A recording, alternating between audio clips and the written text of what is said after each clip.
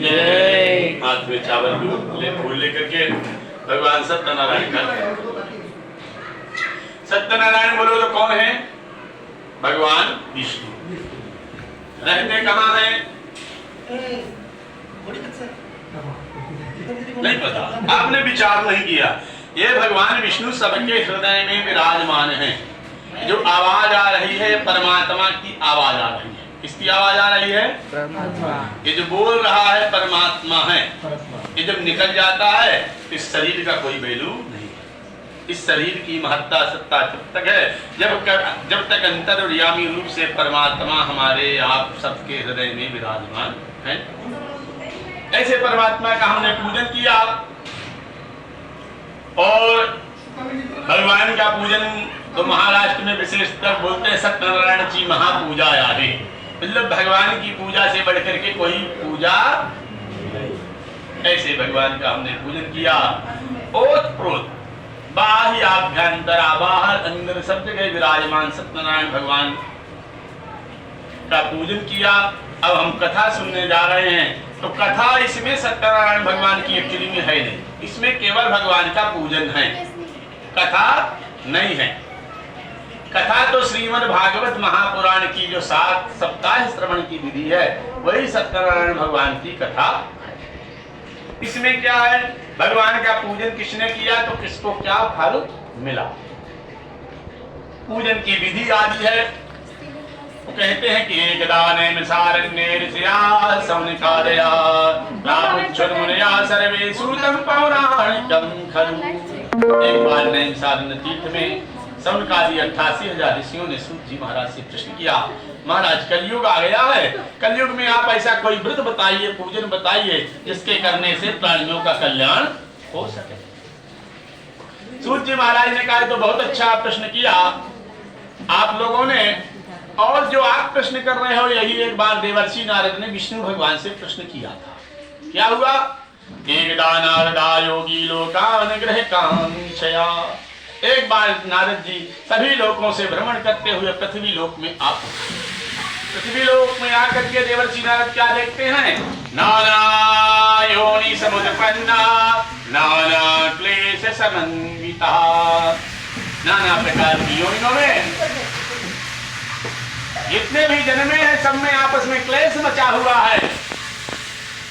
देवर्षि नारद ने विचार किया ये किसी का दोष नहीं है, ये तो कलयुग का दोष है। कहते हैं कलिना मित्र धर्मेणा, कलयुग का मित्र अधर्म है।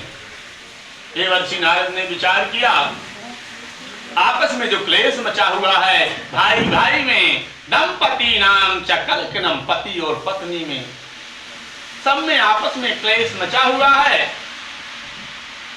और किसी के मन में इस क्लेश के कारण यह बात विचार में ही नहीं आती कि मुझे जन्म किस लिए मिला है, मानव का तन किस लिए मिला है। तुलसीदास बाबा रामचरितमानस में स्पष्ट करते हैं, बड़े भाग्य मानुष तन पावा सुर दुर्लभ सद ग्रंथ गावा। बड़े भाग्य से मनुष्य का क्या मिलता है? जन्म मिलता है। तो मानव तन किस लिए मिला है? साधन धाम मोक्ष कर द्वारा। ये साधन माने उपकरण मनुष्य जो शरीर मिला है इससे हम जो है तो परमात्मा का चिंतन करके मोक्ष प्राप्त कर सकते हैं। ऐसी कोई दूसरी योनि नहीं है जिससे मोक्ष प्राप्त किया जा सके। न तो देवता, न गंधर्व, न किन्नर है ना, न पशु, न पक्षी, एक मानव ही है जिससे मोक्ष प्राप्त करने की विधा है।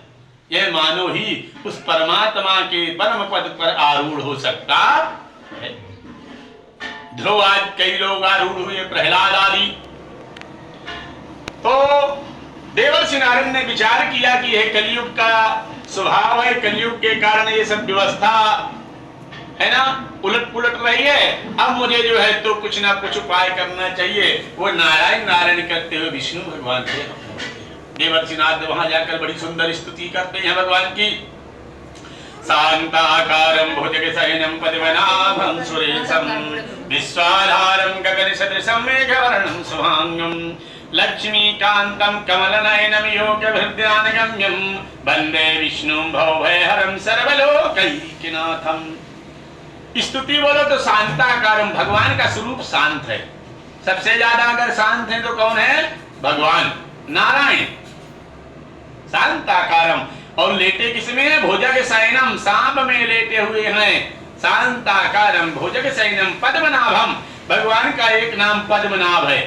केरल में पद्मनाभ मंदिर है, जैसे वहां पर विराजमान है भगवान, वैसे जो है तो अजित भगवान वैकुंठ में विराजमान है। देवर्षि नारद ने स्तुति की। भगवान ने कहा आज देवर्षि नारद कैसे आगमन हो गया? देवर्षि नारद ने कहा प्रभु आप तो सबके अंतःकरण में विराजमान हैं, आप सबकी बातें जानते, मैं आपको क्या बताऊं? भगवान ने कहा नहीं बताओ। देवर्षि नारद ने कहा प्रभु मैं मृत्यु लोक से आ रहा हूँ, मृत्यु लोक में नाना योनि समुत्पन्ना नाना क्लेश समृद्धा जितने भी हैं जीव सब अपने अपने आपस में क्लेश मचा हुआ है, किसी को सच्चा स्वार्थ परमात्मा का पता ही नहीं है, मेरा जन्म किस लिए हुआ है। प्रभु ऐसा करिए, आप कोई ऐसा व्रत बताइए, पूजन बताइए जिसके करने से सभी प्राणियों का कल्याण हो सके। जब देवर्षि नारद ने भगवान की स्तुति की, भगवान से प्रार्थना की, अनुनय विनय किया, भगवान ने कहा बहुत अच्छा प्रश्न किया है देवर से, मृत्यु लोक में जो हमारा पूजन करेगा, लेकिन नाम क्या होगा? सत्यनारायण के नाम से जो हमारा पूजन करेगा वह मृत्यु लोक में सुख भोगता हुआ हमारे धाम को प्राप्त होगा। देवर्षि नारद ने कहा प्रभु यह पूजन आपका किस दिन करना चाहिए, क्या सामग्री लगेगी? यह पूजन किस दिन करना चाहिए, क्या सामग्री लगेगी, कैसे, सारा विधि विधान बताइए। भगवान ने कहा यस्मिन कस्मिन दिने, सत्यनारायण भगवान का पूजन किसी भी दिन करें, कोई मुहूर्त की जरूरत नहीं है। भगवान के पूजन में कोई मुहूर्त की जरूरत नहीं है। बोले सामग्री क्या लगेगी?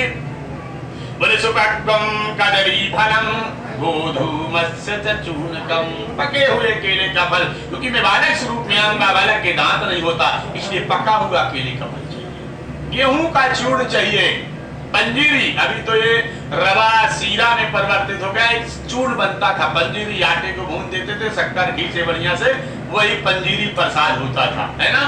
अब ये सीरा में धीरे धीरे है ना, जैसा देश वैसा भेष हो गया व्यक्ति।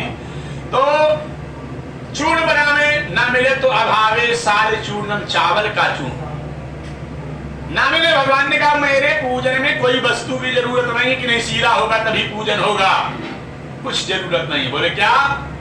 बोले सरकेरावा गुड़स तथा शक्कर और गुड़ का भी भोग लगा देंगे, लगा दिया जाएगा, इससे भी मैं प्रसन्न हो जाऊंगा, मुझे जरूरी नहीं कि सीरा चाहिए, शक्कर गुड़ भी नहीं है, शक्कर गुड़ की भी जरूरत नहीं है, अगर व्यवस्था नहीं है, कोई निर्धन व्यक्ति है, बोले पत्रम पुष्पम फलम तोयम, पत्र पुष्प तुलसी दल जल आदि से पूजन कर देगा तो उससे मैं प्रसन्न हो जाऊंगा।